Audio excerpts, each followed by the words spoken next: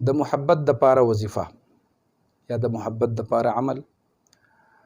نن سبا چې موږ سره خلک اکثر رابطه کوي نو د محبت اکثر څوک ته خفه شوي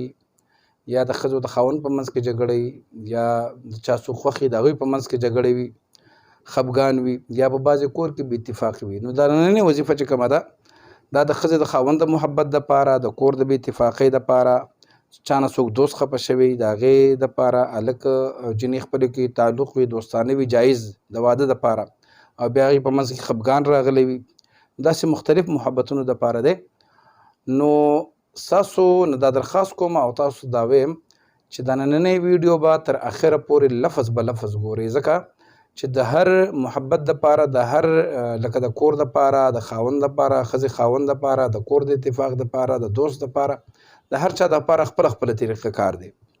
نو دا وظیفه به تر اخره پورې ګورئ. او یو بشر دا وي چې د حرام کار دپاره زما اجازت نشته. که چا د حرام کار دپاره وکړو، حرام کار مطلب دا دی چې اوس یو واده شوې ښځه ده یا د هغې دپاره ستا غلط نیت دی چې د دې په زړه کې زما محبت پرېوځي، یا داسې کې چې یو جنۍ دپاره کې چې یاره داسې به زه صرف زما ټایم پاسې وشي، یا هلک جنۍ وایي چې د هلک سره زما ټایم پاسې وشي، نو هغې دپاره اجازت نشته. بلکل یې مه کوئ. که چا وکړو نو دا الټه اثر به پرې کېږي. خل اول به درته وایم چې په کوم کور کې بې اتفاقي وي او جنګ جګړې وي پکې، یا جنګ جګړې هم نه وي خو خپله کې محبت نه وي، نو که څوک غواړي چې د هغوی په کور کې محبت راشي او یو بل سره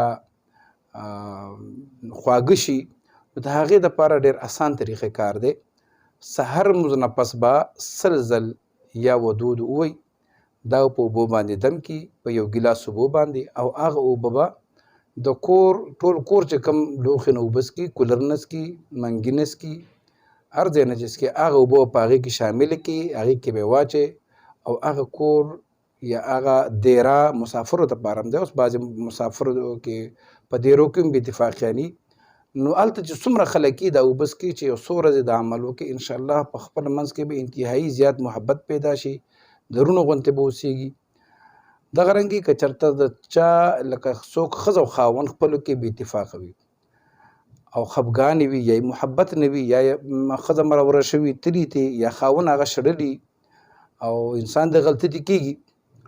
او څوک غواړي چې زما دا کور بیرته جوړ شي، دا ښځه وایي زما د خاوند ما سره محبت جوړ شي، یا خاوند وایي چې زما دا ښځه اوس بیرته راضي شي او دې کور ته راشي، یا درېیمګړی وایي چې د دوی په منځ کې داسې زه عمل وکړم چې د دوی په منځ کې محبت پیدا شي. نو د هغې دپاره ډېر بهترین عمل دی او اسان دی. د سحر د لمونځ نه پس به 11 ځل درود شریف وایي او د هغې نه پس به 1000 کرته 1000 پیرې یا ودود ووایي. د یا ودودو مطلب ډېر محبت کولو والا. الله رب العزت زموږ سره ډېر زیات محبت کوي، نو دا موږ چې کله یا ودود وایو نو موږ اواز کوو چې یا ودود ای محبت کولو والا زموږ په منځ کې محبت واچوه. سحر د ښځې د خاوند د محبت دپاره سحر لمونځ نه پس 11 ځل درود شریف، بیا 1000 کرته یا ودودو، بیا اخر کې درود شریف دا چې کله ووایي نو بیا به په یو خوږ شي باندې، په مټایانو باندې، په حلوا باندې، په چینو باندې، په ګوړه باندې هغې باندې به یې دم کړي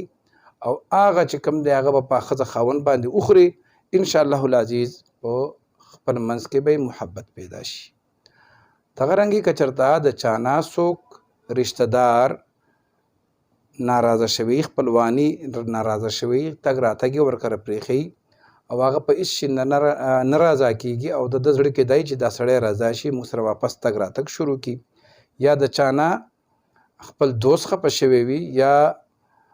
هلک او جنۍ خپله کې دوستانۍ خو جایز دوستانۍ او اراده یې داسې چې موږ مخکې ځو واده کوو، بیا एकदम پکې داسې یو موړ راغی چې دوی خپلو کې تعلق ختم کړو، یا انسان دې څه غلطي دې وشي، بعضې خبره باندې هغه خفه شي او هغه دوباره غواړي چې د ده په زړه کې زما دا محبت واچول شي. نو دا یو طریقه چې کومه ده دا د ټولو دپاره ده، که د خاوند او د رشته دار دپاره وی، که محبوب دپاره وی، که دوست دپاره وی. یو دوست دی داسې دوستانې خو په یو خبره باندې منځ کې یو خبر راشي او خفه شي، نو د هغې دپاره څه طریقه ده؟ د سحر یا د ماخوستن د لمونځ نه پس 11 ځل به لاول درود شریف وي، د هغې نه پس به څه وکېږي؟ بیا به 200 ځل یا ودود وي، بیا به 11 ځل درود شریف وي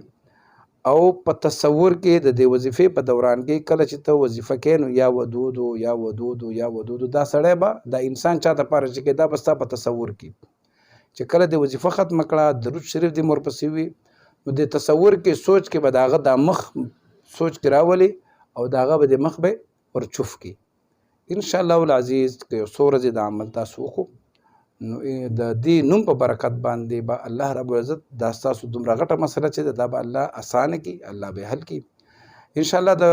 نورو ویډیوګانو سره به بیا حاضرېږم د بقایي ویډیوګانو دپاره زما چینل زمر ټي وي دا لازمي ګورئ د دې وظایف د نورو ملګرو سره هم شیر کوئ انشاءالله بیا به حاضرېږم د هغې پورې اجازت راکوئ د الله په امان